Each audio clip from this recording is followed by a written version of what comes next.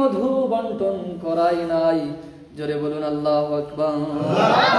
আর আমরা কিভাবে পরের তা মেরে নিজের পকেট, নিজের পেট, নিজের পরিবার বাঁচাবো সেই ধান্দায় ঘুরে বেড়াই। কথা বলেন ঠিক কিনা? পারবেন এমন জীবন গঠন করতে? আমাদের ভিতরে সে ইয়াকিন নাই, সে বিশ্বাস আমাদের প্রতি নাই। তিনি কেমন রাজ্য শাসন করেছেন, তিনি অর্ধ জাহানের খলিফা। কোনদিন নরম বিছানায় তিনি শোন নাই, কোনদিন ভালো জামা তিনি পরেন নাই, সিরাজ ফাটা জামা পরেছেন। এমনকি সব কিছু ছেড়ে দিয়ে বালির উপরে খেজুর গাছের নিচেই তিনি শুয়ে থাকতেন। জোরে বলুন সুবহানাল্লাহ। জেরুজালেম থেকে একবার লোক আসলো রাষ্ট্রনায়ক দেখার জন্য। কি দেখার জন্য? রাষ্ট্রনায়ক দেখার জন্য জেরুজালেম থেকে লোক আসলো। বলল, সেই অর্ধজাহানের খলিফা ওমর রাদিয়াল্লাহু তাআলা কোথায়? লোকজন বললেন যে তিনি ঘরে নাই, চলে যান ওই বালুর শহরে। দেখেন খেজুর গাছের নিচেই একজন শোয়া আছে। চলে গেলেন তারা। অর্ধ জাহানের খলিফা আর আমাদের পাতি নেতা হলে বডিগার্ড লাগে 10টা। কথা বলেন ঠিক কিনা? পাতি নেতা হলে দরজায় তালা মারা লাগে 20টা। এরকম লোক আছে না নাই? আর অর্ধ জাহানের খলিফা কোথায় শুয়ে আছেন? বালুর উপরে। কিসের উপরে? বালুর উপরে। খেজুর গাছের ছায় তিনি শুয়ে আছেন। মাথায় তিনার হাতে ছিল বেতের লাঠি, সেই লাঠি মাথার নিচে দিয়ে খালি গায়ে তিনি শুয়ে আছেন। জেরুজালেম থেকে সেই লোকগুলো আসলো। আসার পরে বলছেন, আপনি কি রাষ্ট্রনায়ক? আপনি কি সেই অর্ধ জাহানের খলিফা হযরতে ওমর?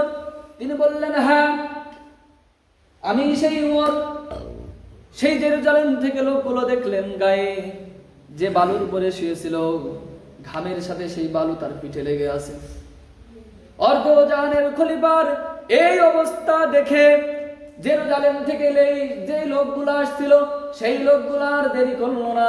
তারা সাথে সাথে রাষ্ট্রনায়কের এই অবস্থা দেখে সাথে সাথে তারা কালেমা পড়ল, লা ইলাহা ইল্লাল্লাহু মুহাম্মাদুর রাসূলুল্লাহ। জোরে বলুন সুবহানাল্লাহ।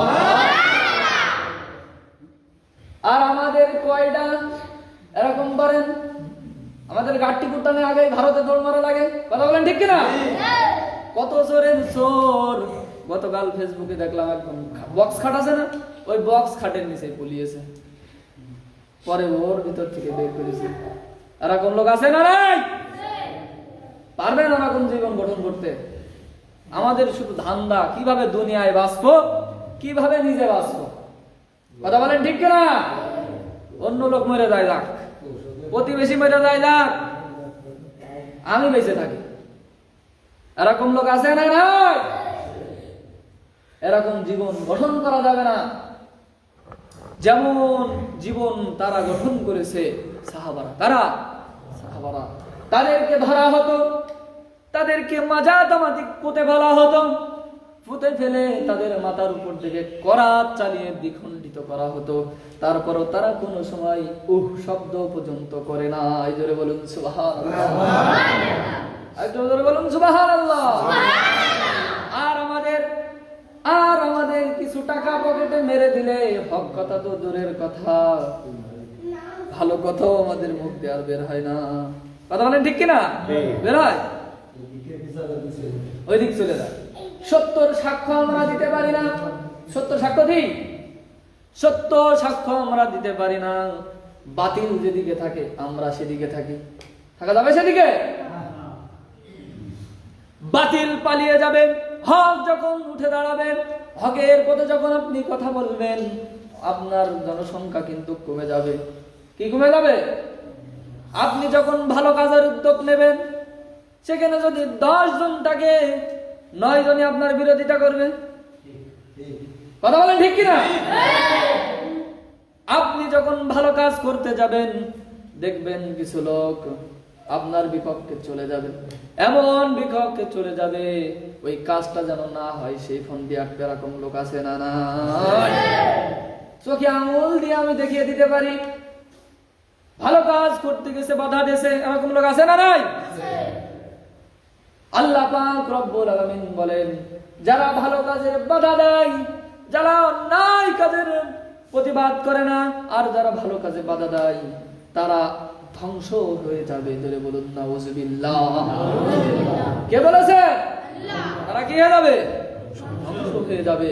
শুধু ধৈর্য ধারণ করতে হবে। কি করতে হবে? ধৈর্য ধারণ করতে হবে। যারা এই যে অন্যায় আপনার পরে করে, জুলুম আপনার পরে করে, আপনাকে একাবে, আপনাকে মনে করেন লাঠির জোর কম আছে বলে, মনে করেন ক্ষমতার বলে, যেভাবেই হোক টাকার বলে আপনার উপরে যদি অত্যাচার করে, জুলুম করে, নিপীড়ন করে, শুধু ধৈর্য ধারণ করবেন, দেখবেন এর বিচার আল্লাহ নিজে জমিনের উপরে করে দেবে।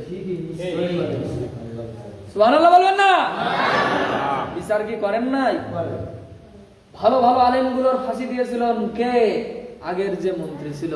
পেরেছেন থাকতে? পারে না। অন্যায় যারা করে আর অন্যায়ের সাহায্য যারা হয়, সাহায্যকারী যারা হয়, আল্লাহ উভয়কেই ধ্বংস করে। জোরে বলুন নাউযুবিল্লাহ। আরেকটু আস্তে বলছি নাউযুবিল্লাহ।